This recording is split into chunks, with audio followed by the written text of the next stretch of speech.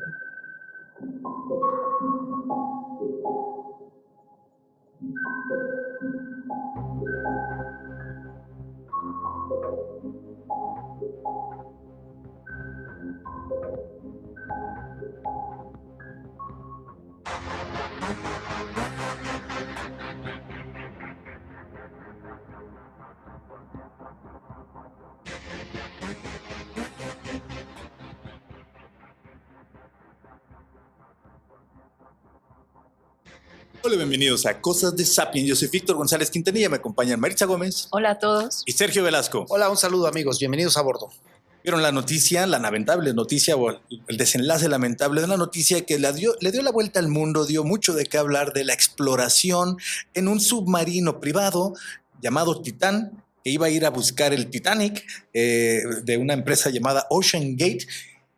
Bueno, con esta reciente noticia se tomó revuelo en todo el mundo el tema de las aventuras extremas para clientes de alto nivel, para millonarios. En particular los submarinos para visitar al Titanic, que no es el primero, hay muchos, pero que no es muy diferente que un safari a África o que el alpinismo que va al Everest o el turismo espacial que está a punto de ser lanzado. Acabamos de ver que una empresa más, la de Virgin Galactic, acaba de hacer un viaje ya espacial con clientes privados. Eran científicos y astronautas de entrenamiento, pero al final de cuentas pero traían con qué viaje darle privado, cariño, pagar y poder. Ya no era la NASA, ya no era la Agencia Espacial Europea, era un viaje privado que se suma a las otras dos empresas que ya hemos platicado y que ya haremos sin duda, más adelante en este 2023 habrá más información para hacer un episodio solo de eso, de turismo espacial. Pero al final de cuentas es eso, aventura para clientes de alto nivel a lugares en donde no todos los demás no pueden ir. Es algo de estatus, algo de solo yo iré. Esa es una marca que hemos visto en muchos momentos de la historia y que sin duda tiene que ver con una característica de los sapiens, nuestras ganas de explorar, nuestras ganas de destacar, de ir a otros lugares, de llegar más allá, más alto que el otro, más lejos que el otro. Incluso en la historia hay muchos ejemplos. Pero bueno, vamos a hablar con respecto de este viaje que hicieron y que tuvo un desenlace lamentable. Pero vamos a hablar acerca de la exploración submarina en general, como una de las maneras en las cuales nosotros los sapiens ampliamos nuestro territorio, ampliamos los horizontes de lo que conocemos, tanto geográficamente como en saber cómo son y cómo funcionan otros lugares, otros ecosistemas, algunos de ellos donde no se daría la vida si no fuera por la tecnología que nosotros inventamos.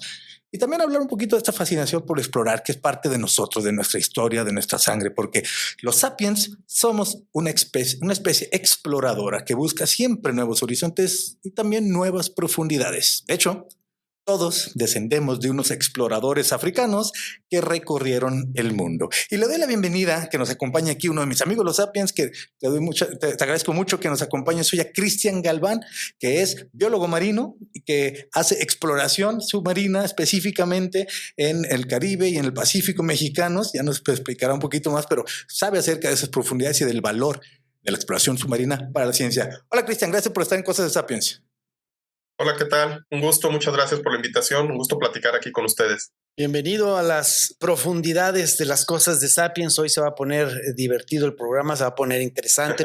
Vamos a conocer datos muy interesantes alrededor de esta anécdota que acabamos de vivir, pero que todo nace allá en 1870, cuando el escritor, poeta, periodista, dramaturgo Jules Verne, visionario, les da a conocer la primera edición de su novela 20.000 leguas de viaje submarino, donde, se crea no solo una historia de aventura, no solo una historia de exploración, sino que se dan ya muchos visos de tecnología, se dan visos ya de cómo artefactos, mecanismos, equipos, medios de transporte, que es una de las constantes de la obra de Julio Verne, viene a influir no solo a la literatura, viene no solo a influir el arte, a la pintura, a todas las artes, sino viene a influir de manera muy directa en la vida cotidiana de los seres humanos, porque muchas de las cosas que él pensó, que él imaginó, que él alguna vez tuvo en su mente, comenzaron poco a poco a llevarse a la práctica, a convertirse en materia, a convertirse en mecanismos, hasta que, hemos llegado ya a conocer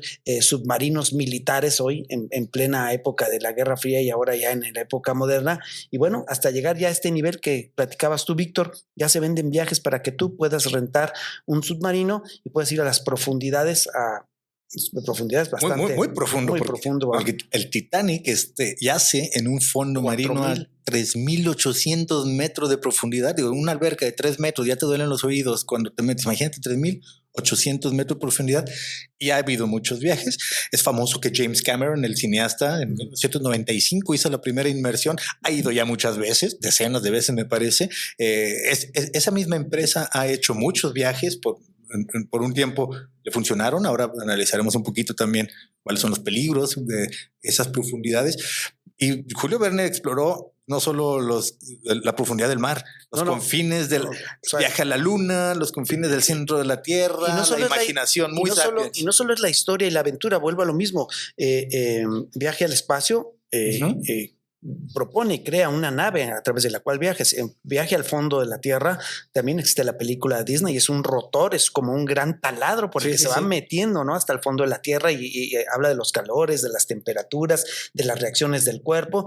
En Viaje al fondo del mar o 20.000 leguas de viaje submarino, pues hace también toda esta serie de propuestas. No solo es el personaje, no solamente es el profesor Nemo, no solamente son los capitanes, no solamente es el muchacho Chicho de la película Gacha, es a través de qué instrumentos, de qué medios de transporte, porque en todas sus más de 80 novelas e historias, siempre hay un viaje, siempre hay un medio de transporte especial. Hace esta también que se llama el asombrado, algo así, que es un vehículo que tiene llantas, pero que también tiene alas y después de caminar o de rodar algunos kilómetros, comienza a volar. Claro, todo eso lo hizo en la teoría, pero finalmente muchas de sus ideas se llevaron a la práctica. Sí, y muy bueno como el para Espanto sintetizar. El Espanto se llamaba esa nave. Hizo una gran obra visionaria, una ciencia ficción que a muchos nos tocó leer de niños jóvenes, en donde sintetiza muchos de estos impulsos, anhelos, ganas del ser humano por explorar, que han estado presentes con nosotros siempre. Como decía,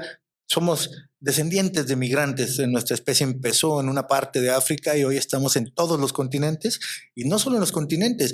En este momento hay 12 seres humanos en órbita y hay muchos viviendo bajo el agua. Bueno, no viviendo, explorando. Creo que por ahí hay una estación submarina todavía, pero explorando bajo el agua, como nuestro compañero aquí, Cristian, que es buzo, y hay muchas personas que hacen eso. Se pone buzo y se mete. Pero esto ha sido parte de la historia. Hay que ponerse buzo para poder entrar al agua. Porque tiene sus riesgos, y claro, esos riesgos apenas el hecho de que tengamos tecnología hoy para poder llegar a esas profundidades es asombroso. Pero no es suficiente, tiene sus riesgos, pero no siempre la hemos tenido. Siempre nos buscamos hacer un contexto, un pasito para atrás y decir, bueno, ¿y desde cuándo hacemos, por ejemplo, exploración submarina? Porque exploración es la marca de la casa, de la especie. Sí. La exploración es... Pero platicaba cuando veníamos para acá, Maritza, un dato que yo no tenía ni presente.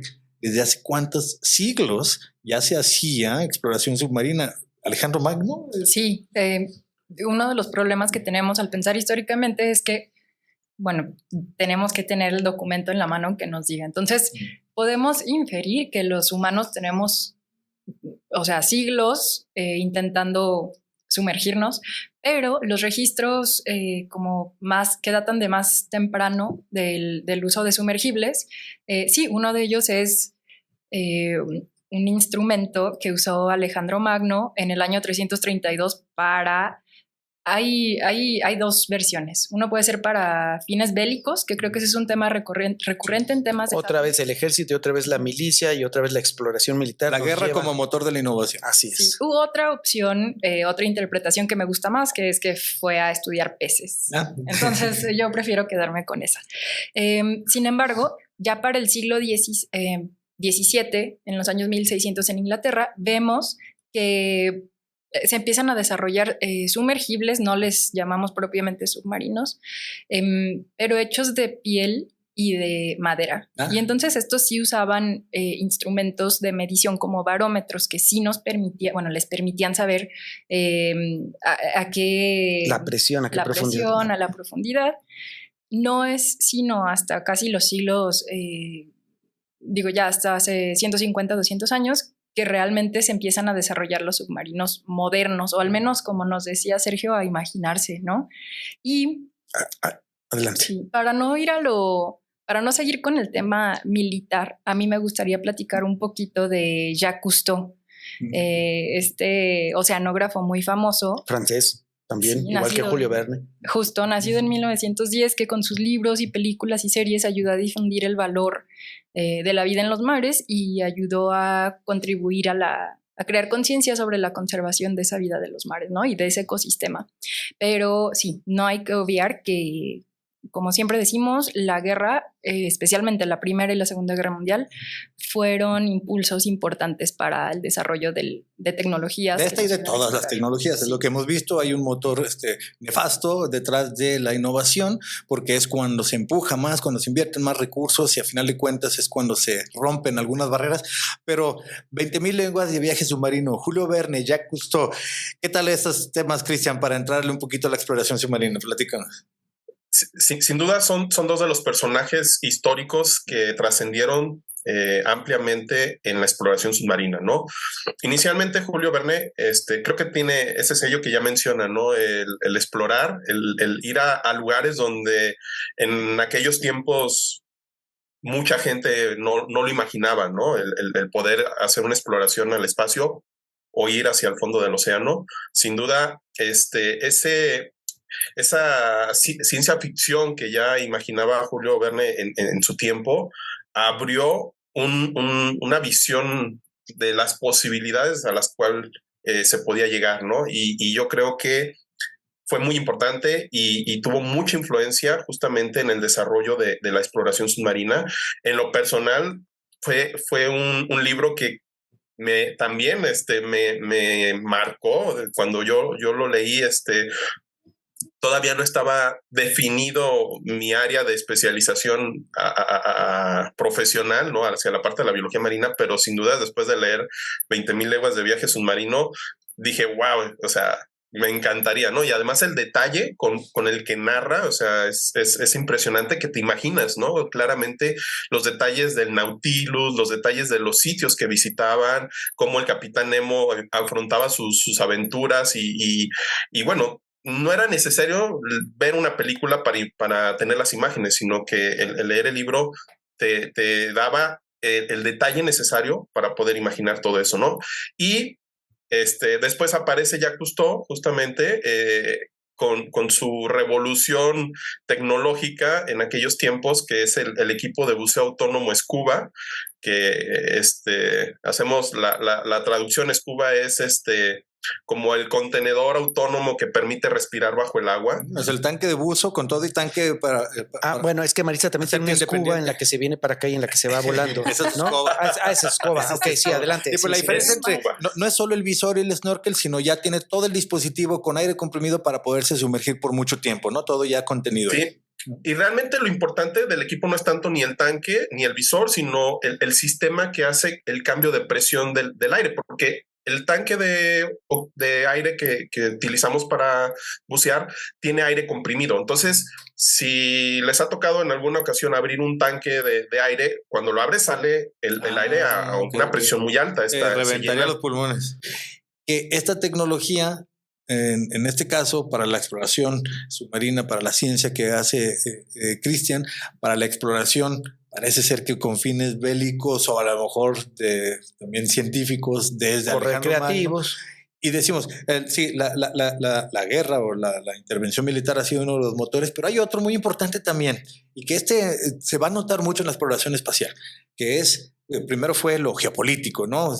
Llegar a la Luna era para que Estados Unidos decida yo llegué primero y tener esa supremacía política, pero ahora otro de los motores, y por lo que estamos viendo que hay también exploración privada, y en el caso de OceanGate era una empresa privada, no era ni guerra ni ciencia, era pasear millonarios. Era llevar a los que le llaman thrill seekers en inglés. Business.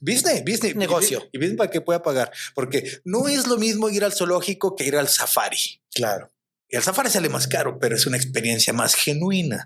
Es una experiencia que no todos pueden acceder y eso le da un valor importante y muy diferente por el hecho de que no todos pueden llegar. Entonces, por ahí yo tenía una cita, dice, los turistas, este es un turismo de altísimo nivel, los turistas generalmente buscan experiencias más auténticas que ocurren sin caminos prescritos o puntos finales conocidos. La tecnología muchas veces puede hacer más seguro los ambientes extremos del turismo de aventura, pero en el fondo del océano o en el vacío del espacio o el frío de la cima de una montaña, las consecuencias del fracaso pueden ser altas. Escribió esto Scott Smith, un profesor de hospitality, así sería hospitalidad en español, y administración turística de la Universidad de Carolina del Sur en The Conversation, explicando así pues acerca de cómo se ha visto que este tipo de turismo empuja mucho a las empresas que después termina por bajar de precio, permear y que a muchas personas les toca. Hay una gran crítica con respecto a este tema y no podemos dejarla de lado. ¿Cómo le interesó a la gente la historia de 5 millonarios que se fueron a buscar el Titanic? Y por otro lado, tantas personas que mueren en el Mediterráneo, migrantes que se suben todos a barcos, cientos de personas en un solo evento, no ocupan los titulares de los noticieros como estas 5 personas. Es decir, los thrill seekers, los turismo de alto nivel de aventura. Se dieron los dos acontecimientos en la misma semana. La misma semana y fueron cientos contra 5. Sí. Y lamentablemente, pues es verdad, así es lo que sucede. Tiene mucho más aparador, más reflectores, más interés, más tiempo, aire, más atención de todo tipo de medios de comunicación. Pero luego lo culpamos a los medios. Los medios nos dan lo que nosotros consumimos. Claro. Tiene más atención de la gente los 5 millonarios que se fueron a buscar el Titanic que los 300 o 700 creo que eran migrantes que estaban huyendo de las condiciones de su lugar de origen. Víctor, está hoy tan de moda que quien tiene lana, quien tiene este tipo de empresas, tienen un departamento. De hecho, la viuda del señor que muere, que es el dueño de Ocean, es la encargada de la oficina de relaciones públicas de Ocean y ella manda correos para la invitación y les da la fecha a los medios de cuándo va a salir, cuánta gente, quién ha contratado, los perfiles de los viajeros. ¿Por qué? Porque pues quienes están invirtiendo, gastando su billetito en un par de pasajes en este tipo de expediciones, pues quiere que el mundo se entere, que yo tengo lana, que yo puedo ir, que yo puedo viajar. Entonces fueron muchos medios los que desde un principio le dieron seguimiento. No propiamente fueron medios oficiales o medios que habitualmente cubren este tipo de cosas. Sí hubo inserciones pagadas, hubo gente que digo, ¿por qué? Porque querían que se diera a conocer. Por eso fue ese seguimiento tan puntual, ¿no? Yo ahí añado que desafortunadamente, y siento que nos estamos desviando un poquito de los submarinos, pero que... Es que son bien peligrosos. Porque uno llama más la atención que el otro. Creo que porque la crisis migratoria lleva años en el Mediterráneo. No es la primera vez que esto pasa. Tienes toda la razón. Se normalizó. Sí. Y lo que debería ser extraordinario, que es una crisis migratoria en que están muriendo cientos de personas, miles, ya se normalizó. Y el hecho de que un submarino bajara a ver el Titanic e implosionara, pues no es normal, ¿no? Y luego se clavan en la noticia los medios en el sentido de que, ok, murieron, pero pocos hablan de las razones por las que están dejando en masa sus países, ¿no? De las situaciones económicas, sociales, políticas, de muerte, de hambre que están viviendo en sus naciones, que eso es una cosa todavía más profunda, más importante. Sí, no podíamos dejar de lado esa crítica que se hizo y esa situación real que se da, pero llama más la atención 5 millonarios que van a visitar el Titanic, que además la maldición del Titanic, ¿no? Cuando zarpó el Titanic, ¿qué decían? No lo hunde ni Dios. Ahí está el fondo, 3.800 metros. Claro que en este momento, si comparáramos al Titanic con un crucero transatlántico, No. se vería chiquito, parecería una lancha. Bueno, se vería mucho menor de tamaño y esos otros están circulando sin ningún problema por todos los mares, pero no es la primera vez que alguien va al Titanic, ya van muchísimos viajes. Según entiendo, James Cameron iba en submarinos más seguros. 3 o 4 veces. De hecho, ahora que murió el dueño de Ocean, James Cameron hace un par de cápsulas que están en YouTube, las pueden ver, donde él habla de la forma en que hizo esos viajes. En un par de ocasiones ellos se acompañaron porque viajó 6 o 7 veces para poder se hizo 7 veces, viajó para poder hacer la película, sí. Y en 2 ocasiones lo acompañó. Okay. Y al principio es conocido, se iba en submarinos soviéticos, es decir, en cosas que estaban ya, o sea, hechas desde hace mucho tiempo con otra tecnología. Y el de Ocean Gate, el Titán de Ocean Gate, era un artefacto privado hecho por una startup. Sí. El CEO de Ocean Gate, como un capitán Nemo moderno, se hizo su propio submarino para llevar gente. Lamentablemente, al parecer la tecnología con la que estaba hecho pues no resistió. Sabemos que los submarinos, para poder llegar a esas profundidades, tienen que estar hechos de cierta manera, con cierta tecnología, con ciertos materiales.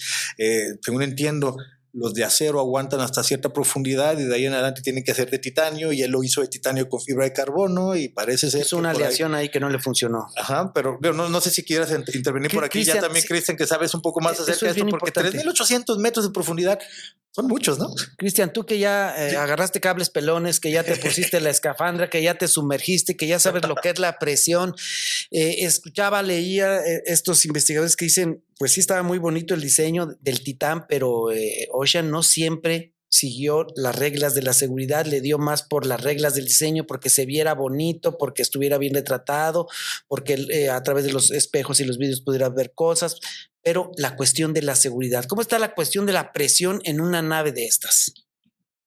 Sí, pues definitivamente ese es uno de los puntos importantes a tocar en esta noticia, ¿no? Como dicen, no es la primera ocasión que se baja en un sumergible a esa profundidad. Hay otros aparatos que lo han hecho en varias ocasiones, pero también pues, ahí viene la cuestión de la parte comercial y la parte de investigación, ¿no? Entonces hay sumergibles ya diseñados, tripulados para poder hacer esos inmersiones a grandes profundidades con más seguridad, porque ya son equipos que han sido probados y que no buscan tanto la cuestión ni estética ni comodidad para las personas. Que ahí, bueno, también lo hablaban mucho de que no iban tan cómodos porque van ahí 5 personas sentadas, y entonces no era el lujo como tal, pero bueno, en comparación de los sumergibles que se utilizan o los submarinos que se utilizan para investigación, pues obviamente hay diferencias. Y pues la presión, definitivamente, la presión hidrostática o la presión que genera el agua es uno de los factores que más limitan justamente la exploración submarina. Cuando nosotros nos sumergimos en el agua, imagínense, para que tengan una idea, nosotros aquí donde estamos, ¿no? Cada quien en su lugar, en tierra, estamos a menos de una atmósfera de presión, ¿no? Del aire. Cuando nosotros bajamos, el primer metro ya estamos con una atmósfera más de presión, ¿no? Entonces, lo que sucede es que el agua empieza a hacer una fuerza sobre nuestro cuerpo, y cada 10 metros esa presión va incrementando, ¿no? Entonces, a 10 metros de profundidad, ya nuestros pulmones se redujeron el 50% de su volumen original, o nuestro cuerpo está recibiendo el doble de presión por el agua. Y así vamos bajando cada 10 metros y la presión va a ir incrementando. Entonces, imagínense a 3,000 metros de profundidad, la cantidad de atmósferas es impresionante, ¿no? O sea, un ser humano prácticamente pues quedaría como calcamonía instantáneamente, ¿no? Cristian, en estos momentos de tecnología, de avance, de tantas cosas, instrumentos que tenemos, y pensando en esta experiencia que acabamos todos de ser testigos, ¿es posible ahorita bucear realmente donde están los restos de algún barco como el Titanic? Es decir, ¿existe equipo, existe tecnología, existen condiciones, se puede bucear? Para hacer buceo propiamente no. El récord mundial de buceo anda cerca de los 300 metros, 320 metros. Entonces, obviamente con un montón de cosas encima, ¿no? Que no te permitirían hacer nada prácticamente más que el récord fue bajar, de llegar a la profundidad y subir, ¿no? O sea, ya todavía... De pisa y corre como los beisbolistas. Sí. Sí, no, todavía sumarle a hacer cosas es más complicado, ¿no? Entonces, no, imposible. Nuestra anatomía no lo permite y jamás. Por eso tenemos que diseñar tecnología que nos permita hacer esas inmersiones, ¿no? Y pues el uso de los submarinos o hoy en día lo que se hace en investigación o que se utiliza más en investigación, porque bajar en un submarino es costosísimo, ya lo hemos visto en estos días con la noticia de Titán. Está el uso, por ejemplo, de algo que se llaman ROVs, que son los vehículos operados a control remoto. Entonces, eso baja significativamente los gastos y los riesgos, porque son vehículos que no llevan personas, pero que te permiten explorar esas grandes profundidades, tomar video, tomar fotografías. Incluso hay unos que tienen brazos mecánicos que permiten colectar muestras, ¿no? Entonces eso es muy importante para los científicos, porque pues de esa forma y mucho más seguro, ¿no? Si pasa alguna situación extraordinaria, pues bueno, te pierde el equipo y hay forma de reponerlo, ¿no? Pero además, bueno, podemos tener toda la información necesaria para poder hacer descubrimientos, ¿no? Oye, Cristian, tú como biólogo marino, que ya me lo has platicado, pero que para que lo conozcan nuestros amigos del auditorio, ¿hasta qué profundidad te metes a bucear y qué andabas haciendo ahí exactamente? Pues mira, poco a poco he ido a, ¿cómo se dice? Mejorando tu marca. Mis límites. Llegando a mis límites y hasta ahorita he llegado a 70 metros de profundidad con buceo, ¿no? He tenido que usar 4 tanques al mismo tiempo. Traemos 2 en la espalda, traemos otros 2 tanques aquí abrazados. Como cargador de garrafones de agua. No, con garrafones de agua, no. No digo como cargador, porque a veces traen uno en la espalda y otro acá en la mano. ¿Y cómo le hacen? ¿Quién sabe cómo le hacen? Pero suben 4. Los de los garrafones también agarran 4. ¿Y qué andabas haciendo ahí? Exactamente. Bueno, estábamos haciendo exploraciones justamente en un cañón submarino para buscar ciertas especies que pues la intención era encontrar compuestos activos en esos organismos. Entonces necesitamos hacer colectas de ciertos organismos en esas condiciones de profundidad y ya después en laboratorio hacer pruebas de biotecnología para descubrir algunos compuestos que sirvan para tratar enfermedades, ¿no? Entonces la exploración pues nos lleva a 1000 cosas, no solamente saber qué otras cosas hay en las grandes profundidades, sino que podemos encontrar una fuente de recursos muy importante, recursos alimenticios, la cuestión biomédica, ¿no? Entre otras cosas. Entonces estábamos trabajando en eso y llegamos a los 70 metros. El proyecto estaba visualizado para llegar hasta los 100 metros, pero pues las cuestiones de presupuesto nos detuvieron hasta ahí, pero bueno, esperamos que haya una oportunidad para continuar y seguir haciendo ese descenso cada vez más profundo. Y hay muchos investigadores que ya están trabajando ya esas profundidades, ¿no? 95% de la investigación a nivel mundial en cuestión de exploración submarina se ha limitado a los primeros 30 metros. Y entonces hay un pequeño porcentaje ya de investigadores que están incursionando, estamos tratando de incursionar hacia la zona un poco más profunda que se llama zona mesofótica, que es hasta los límites donde penetra la luz. Entonces nos tocó hacer buceos donde ya prácticamente parecía que estábamos buceando en la noche, totalmente oscuro, y eran las 12 del día, ¿no? Entonces, porque ya la luz ya no llega a esa profundidad. Sí, veo que existe una base, la base Aquarius Reef, que es un hábitat submarino que está en Florida, es de Estados Unidos, asentada en el fondo marino a 19 metros.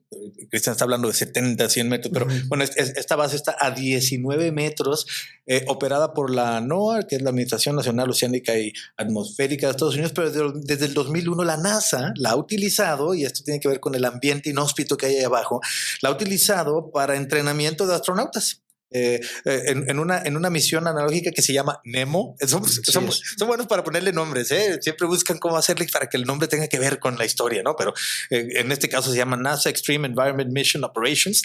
Le pusieron las letras necesarias para que se llamara NEMO, enviando grupos de astronautas para simular misiones de exploración espacial, de vuelos espaciales tripulados.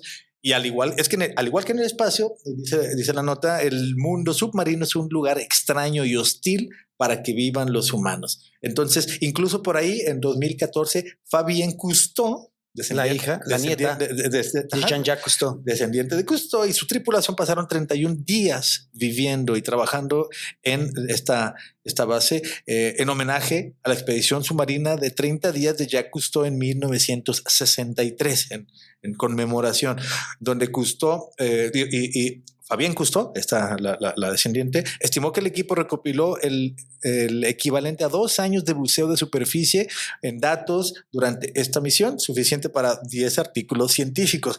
Entonces, hay muchas cosas interesantes, hay un gran valor entonces para la ciencia de la exploración submarina, pero según entiendo, muchas veces mejor lo hacen con misiones no tripuladas, como la exploración espacial, que tenemos robots en todos los planetas y muchas de sus lunas, pero todos son robots. Tripulado, nomás hemos llegado a la luna, estuvo muy peligroso y no hemos vuelto en más de 50 años. Algo más que agregar a este tema. Las características del submarino. Yo estaba leyendo esto de la forma, el diseño y la propulsión del Nautilus, y bueno, me encontré esto. Tenía una forma y un diseño parecida a un pez, ¿no?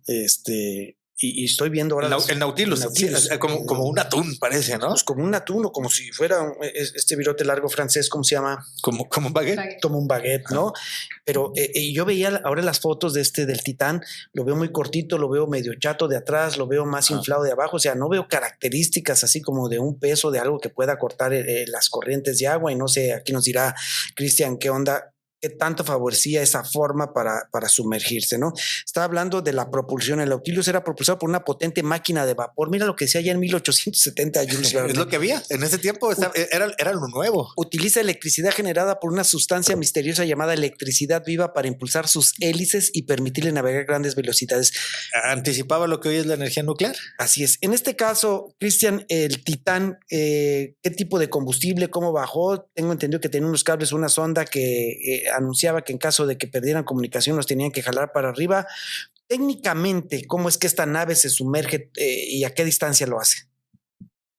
Sí, bueno, el diseño es muy importante, obviamente, para desplazarse en el agua, porque esa es otra situación, ¿no? El agua tiene una viscosidad mayor que el aire. Entonces, no es lo mismo que nosotros nos pongamos a correr aquí en la calle o en el parque a que nos metamos a nadar en una alberca, ¿no? Entonces, el esfuerzo físico incrementa, ¿no?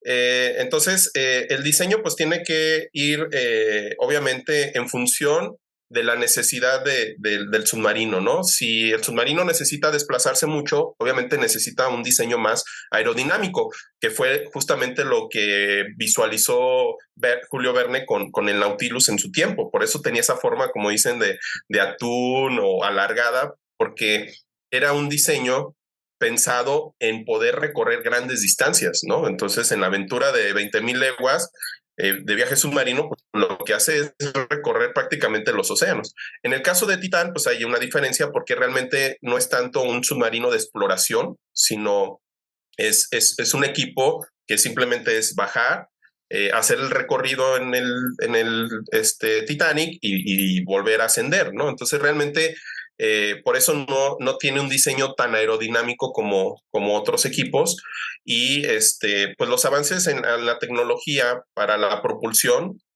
también pues han sido diseñados o modificados justamente para considerar las condiciones. A esas grandes profundidades los sistemas de corriente son distintos que en la superficie. En los diferentes niveles de profundidad del mar hay distintas corrientes.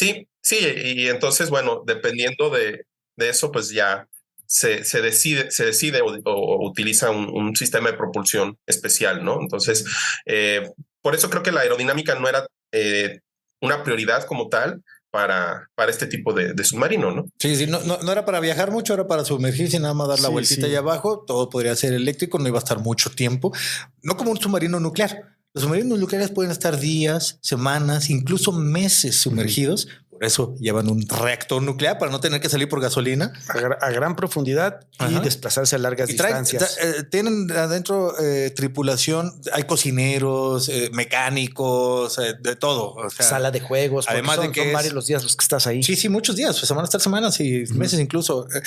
Además de que es un submarino militar, es decir, ahí adentro hay muchas personas listas para lanzar bombas y entrar en guerra. No son turistas. No son turistas. No. Si critican a los millonarios son que andan de autónomos, turistas, ¿no? Son totalmente autónomos y pueden estar ahí en silencio por mucho tiempo y no saben ni cuántos hay ni dónde están. Así es. En total secrecía ahí abajo. Bueno, y la búsqueda del Titán de Ocean Gate fue una de las búsquedas más costosas de la historia porque era difícil encontrarlo a esas profundidades. Si es difícil encontrar a alguien, digamos, en tierra, ahora imagínate si a eso le sumas que puede haber muchas capas y capas y capas de profundidad a 3,800 metros de profundidad. Es prácticamente infinito, es casi infinito el espacio que tienes que revisar a ver dónde están. Además de que está oscuro, de que es difícil bajar, de que es costoso bajar y de que no había un protocolo de búsqueda y que esa es una de las grandes críticas. Es un evento que generó debate sobre la carga pública de los riesgos privados y de cómo se van a pagar y cómo estos comportamientos de alto riesgo en ciertas zonas y ámbitos provocan gastos que no los tenía contemplada la empresa. Digo, te cobra por ir, pero si algo sale mal, ¿quién paga? En este caso ni siquiera está claro quién va a pagar el rescate, que lamentablemente no los rescataron a ellos, pero toda la operación costó muchísimo. ¿Quién lo va a pagar? ¿El seguro? Ocean Gate, la Guardia Costera de Canadá, que es la que entró al quite. Es un debate y en particular traeré al frente muchas preguntas sobre cómo equilibrar los riesgos aceptables con las capacidades disponibles, porque tienen que incluir búsqueda y rescate en el precio o en el seguro. Plan A y plan B. Estaba leyendo esta cuestión que me parece, si de por sí me parece extraordinario que haya bajado, lamentablemente no porque tienen dinero, estas personas merecían ese final, ese destino, qué triste que sucedió. Pero estaba leyendo la historia de James Bloom, es un magnate de Las Vegas, hotelero, restaurantero, que le dijo a su hijo, vamos, pagan su viaje. ¿A este mismo al Titán? Al Titán, pero el hijo le dice a los dos, dice al papá, oye, es que me metí a internet y vi esto. Y se ponen los dos, se clavan durísimo en internet y empiezan a ver, oye, pues no, sí está medio peligroso, mejor no vamos. Ay, se rajaron. Entonces se rajaron. Bueno, pero entonces le hablan a Ocean y dicen, pues no vamos, le dicen tanto Jay como su hijo, Hamish, van y dicen, pues no queremos ir, gracias. Oigan, no les podemos regresar su lana, pero vayan, por favor, ya están sus lugares, no. Les descontamos $100,000 menos. No, es que no queremos ir. Es que ya está todo preparado. No, gracias, no queremos ir.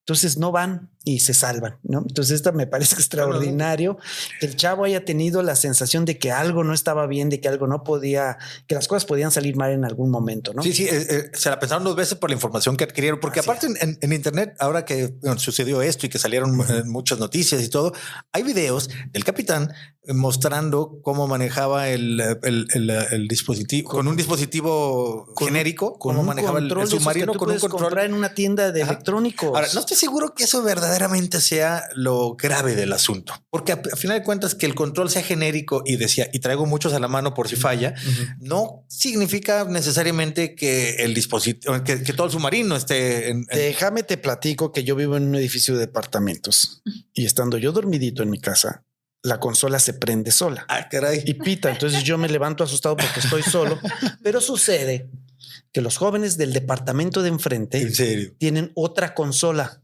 Y ellos se ponen a jugar hasta horas de la noche. Entonces a lo mejor sí tiene que ver lo que sea. A ver, entonces por eso te digo, esa es una. Y la otra es los famosos walkie-talkies, ¿no? Que la señal la señal de radio viaja por FM y la señal de los walkie-talkies también viaja por FM. Tú muchas veces estás platicando con alguien y se mete una llamada. Entonces el asunto de la interferencia tampoco es un asunto así como de, es sencillo, mira, con este le prendo y le apago, ponle push y ya, ¿verdad? Ya vimos que tuvieron varias fallas, ¿no? Con la comunicación. Entonces eso ya es una señal de que algo podría estar fallando.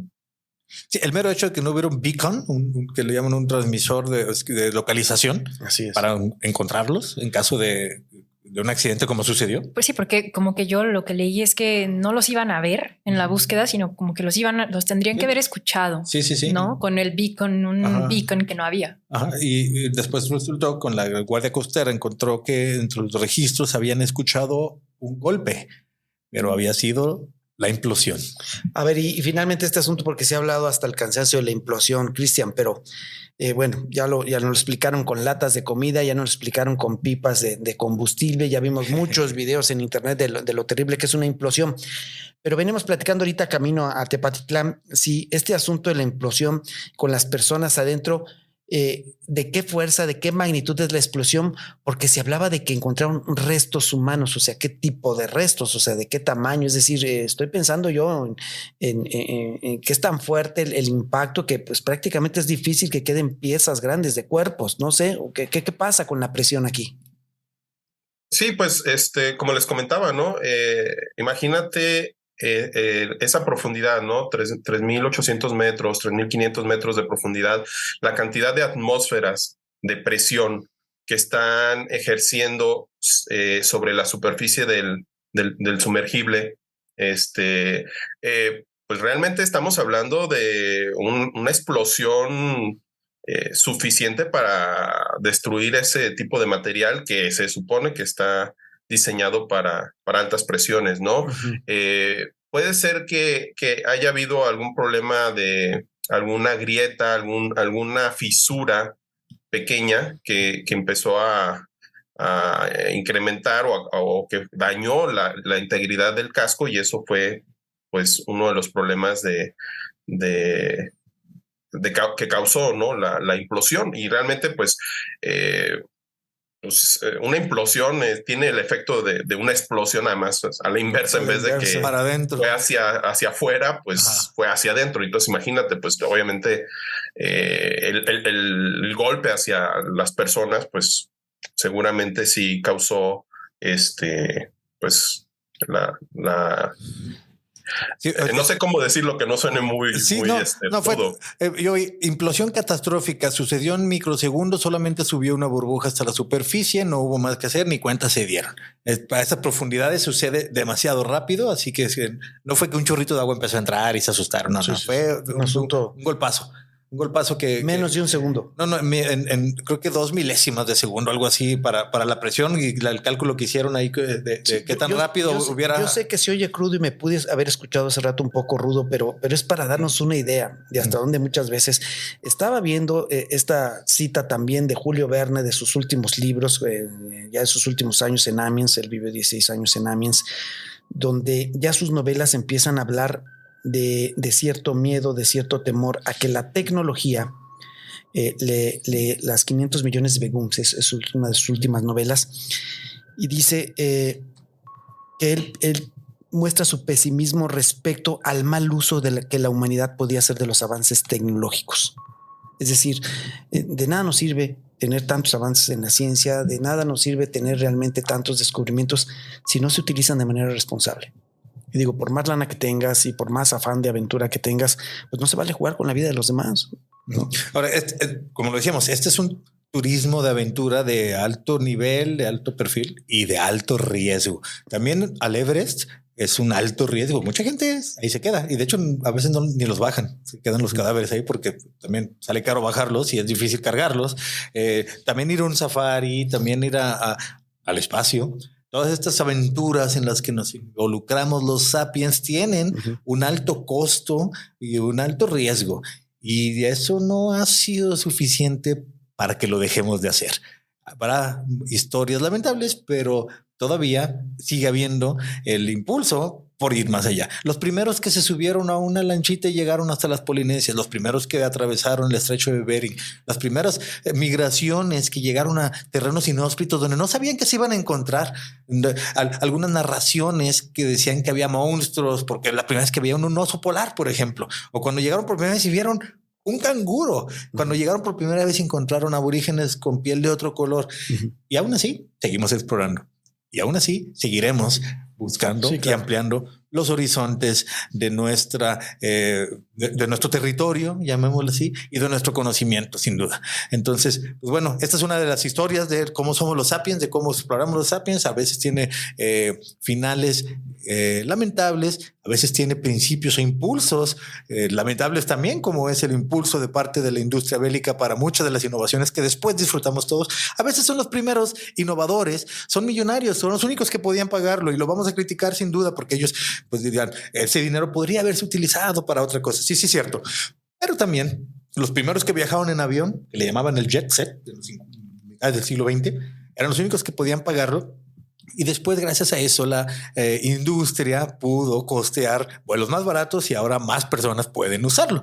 También algunas de estas tecnologías que se hicieron para la guerra o que se hicieron para quienes la podían pagar, después terminan permeando al resto de la población. Entonces, pues bueno, no por buscarle una cualificación, sino para darle una connotación más que nada. Pues así es como se ha dado en la historia, ¿no? La historia de la tecnología nos muestra mucho cómo estos primeros innovadores, estos primeros que pueden pagarlo, terminan abriendo camino para que se den cosas que nos llegan a todos. Pues bueno, yo creo que ahí lo dejamos. Muchas gracias, Cristian, por acompañarnos hoy.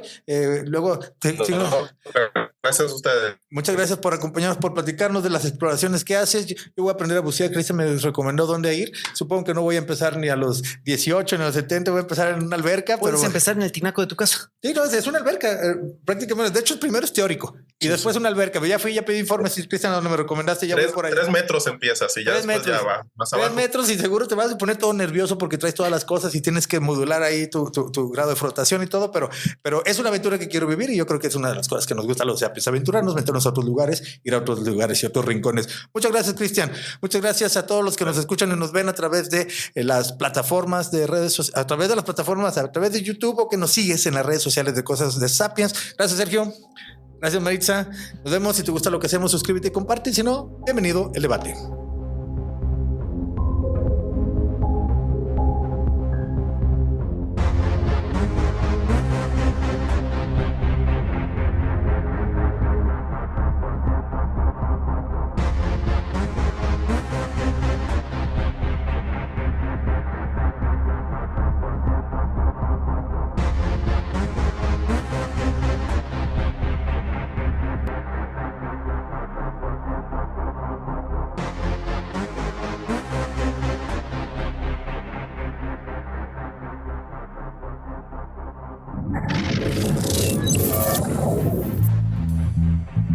Terminamos. Te esperamos en el próximo viaje. Cosas de Sapiens es producido por el Centro Universitario de los Altos de la Universidad de Guadalajara.